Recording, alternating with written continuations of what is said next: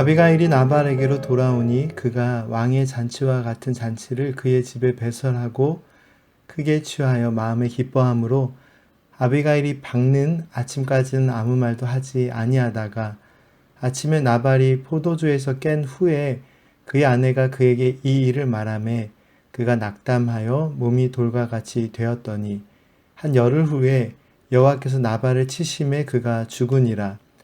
나발이 죽었다 함을 다윗이 듣고 이르되 나발에게 당한 나의 모욕을 갚아주사 종으로 악한 일을 하지 않게 하신 여호와를 찬양할지로다. 여호와께서 나발의 악행을 그의 머리에 돌리셨도다 하니라. 다윗이 아비가일을 자기 아내로 삼으려고 사람을 보내어 그에게 말하게 하매 다윗의 전령들이 갈멜에 가서 아비가일에게 이르러 그에게 말하여 이르되 다윗이 당신을 아내로 삼고자 하여 우리를 당신께 보내더이다 하니. 샬롬.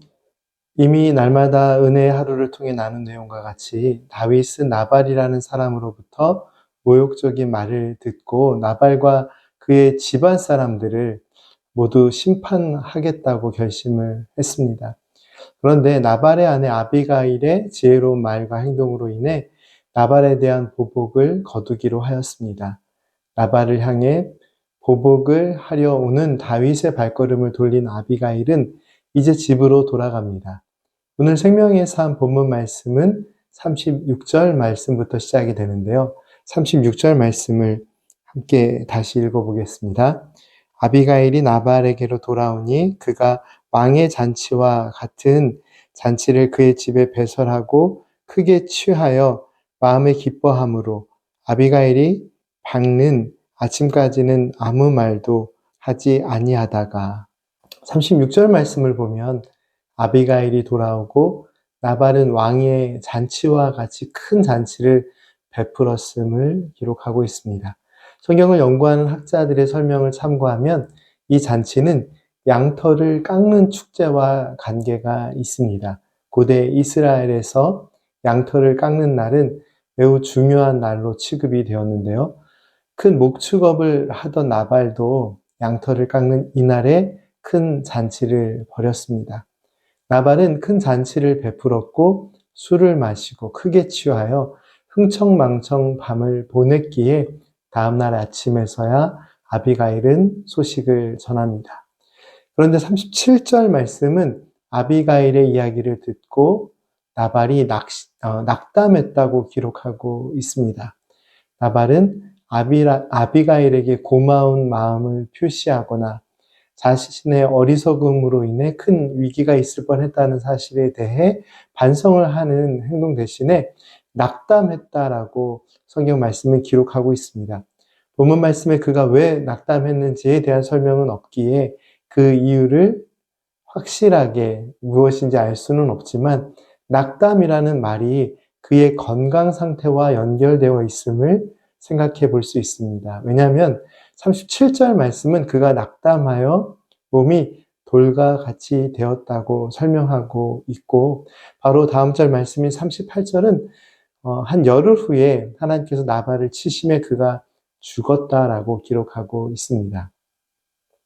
그리고 보다 또 정확한 이유가 있는데요. 낙담하여 라는 말에 해당하는 성경 원문의 뜻은 그의 마음이 내부에서 죽었다라고 직역하면 그런 의미가 있습니다. 그 마음의 깊은 상실감이든지 아니면 그의 몸속에서 생긴 이상이든지 하나님께서는 나발의 생명을 거두어 가심으로 그의 죽음이 갑작스러운 질환으로 생긴 죽음이었음을 우리는 생각할 수 있습니다. 성경 말씀의 해석에 있어서 조금 어려운 부분이 이 본문 말씀 가운데 있기는 하지만 나발의 악행으로 인해 하나님께서 그의 생명을 거두어 가신 것은 분명합니다. 사무엘상이 시작되는 처음 부분인 3절 말씀을 읽어보면 나발에 대해 아주 핵심적인 설명이 있습니다. 그는 완고하고 행실이 악했다라고 기록되어 있습니다. 성경 말씀에서 행실이 악했다라는 의미는 궁극적으로 다른 사람들에게 강팍한 마음으로 대하고 악한 일을 했다는 의미이기도 하고 또한 하나님의 뜻에 거스르는 행동을 했음을 모두 포함하는 설명입니다. 나발은 그러한 사람이었습니다. 우리의 신앙생활에서 마음의 완악함이나 또한 행실의 악함을 늘 주의해야 하는 이유는 하나님께서 가장 싫어하는 모습이기 때문입니다. 그래서 늘 강조해 드리지만 교회에서 우리가 신앙생활을 하면서도 말과 뜻과 행실이 하나님께서 기뻐하시는 삶의 모습으로 살아야 합니다. 하나님께서 싫어하시는 모습이 바로 악한 모습입니다.